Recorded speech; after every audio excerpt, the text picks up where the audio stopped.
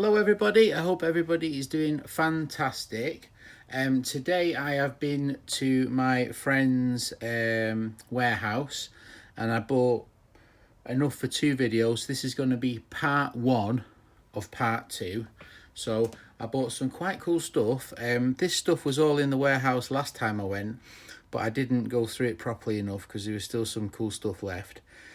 So I'll go through what I bought, what it is, and then in the second video put your guesses, and then hopefully tomorrow I'll do the reveal of this one and I'll do the reveal of the Arbor press as well. So all the reveals will be all in one video. Alright, so without further ado, let's get on with it. So I bought this Spokeshave, and I don't know if you can see, the reason I bought it is because it says there Marples and Son. And I don't own a Marples and Son, and it's quite an early example of a Spokeshave. Quite a nice, elegant design, so I thought I'd give that a go. And also, I got a Marples and Son shock-proof level, and it's in quite good condition considering it's still got the sticker. It's almost new old stock. I can't imagine it's been used much. Could do with the vial being cleaned, and it could do with a bit of, you know, a bit of love and tender care. This is what really interested me. It's got somebody's name underneath it. T Bernard? Does it say number 9? Is it number 9? So obviously this is some sort of, I think it's some sort of school project. It needs to be cleaned up, and it's some sort of press, and it's been lovely made. Whoever Mr. Bernard was, he's done a lovely job. I think it's super cool. It needs to be de-rusted and cleaned up, that's for sure. It comes with a free spider with every press, but I just think if that was in Evaporust and cleaned up and wire wheeled and then oiled, I think that might come out quite nice, and I think it's quite a nice object. So I wanted to save that one and bring that one home with me. The next thing is a, well, I don't know if you can read that there. It's from Manchester. Robert Kelly and Sons, is it? Robert Kelly and Sons Imperial wire gauge. So that's kind of cool. And it's quite small as well. I did have one similar to this, but this is bigger. The next thing looks to be some sort of wire clamp or crimp or something. 2-ended crimp, so you can crimp things on that end and you can crimp things on that end. So it's kind of small. Let's have a look at the size of it. Not quite sure what it's used for, crimping wires or crimping tubes. It's sort of 4.5 inches long. But yeah, I thought that was kind of cool. It kind of grabbed my attention, and it's lovely made. It doesn't come across in the video, but it's really nice. And then I got a whole host of tiny tools. This one says it's made in Germany, and it's really fine point. I mean, it's really, really fine. You can see that's 1 inch there, and it's really fine. So I was quite happy with those for the tiny tool collection. Oiled up, they just probably need a little wire wheel and they're done. So they're nice.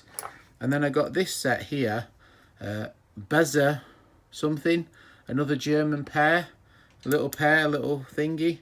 So John Fix might have bought those. I'm sure John Fix had one very similar to that, like a little Chinesium, almost like Christmas cracker, you know, wrench.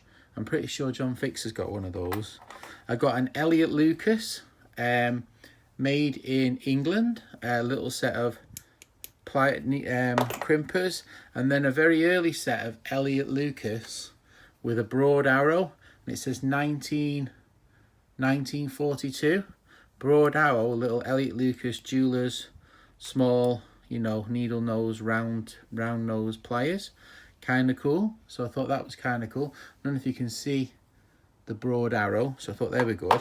I got a little jeweler's vice with a little, you know, simple design on it. What does it say there?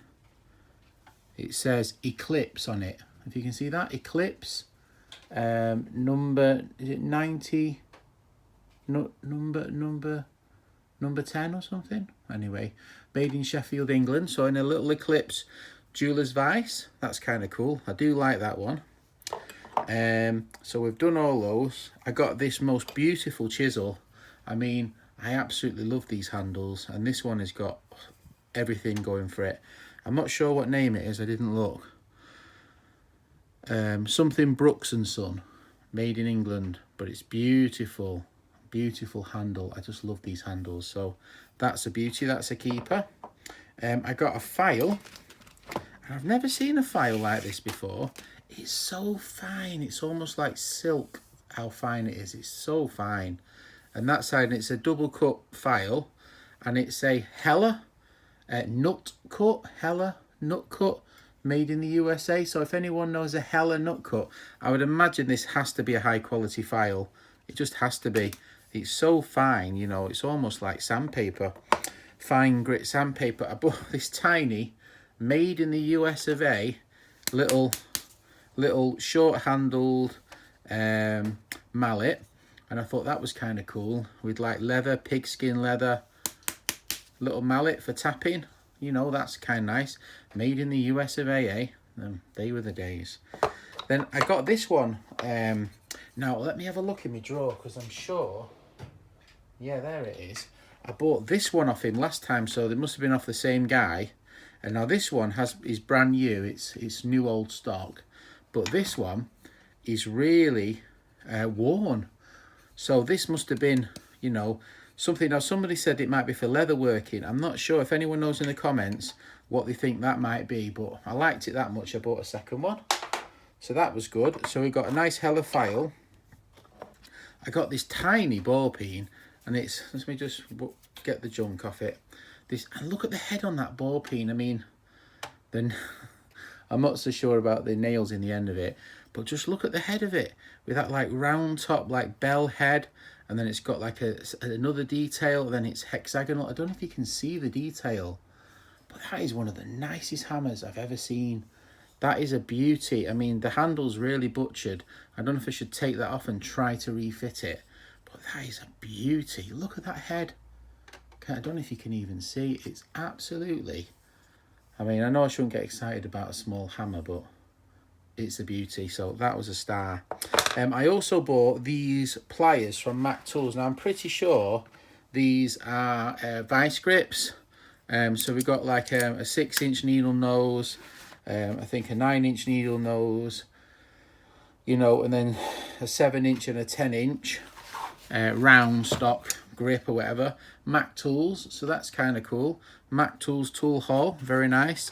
So some really cool things in here. So please put in the description, which do you think is the best item, the coolest item? If you could only take one thing, what would you take? For me, I'm struggling with this one. I love this hammer. I really love this hammer. I really think that is very cool. That you know, homemade school project. I think that is ultra cool, and I just love that chisel. Oh, it's really hard for me to choose my favorite on this one for some reason. I'm probably going to say the chisel's my favorite, I think, out of all these items, but I like a lot of these items. So yeah, so this is part 1, and then part 2 is just as good, trust me, if not better. All right, so go watch part 2 and then put your guesses in, and then we'll try and do the arbor press tomorrow and the other one. All right, take care, bye.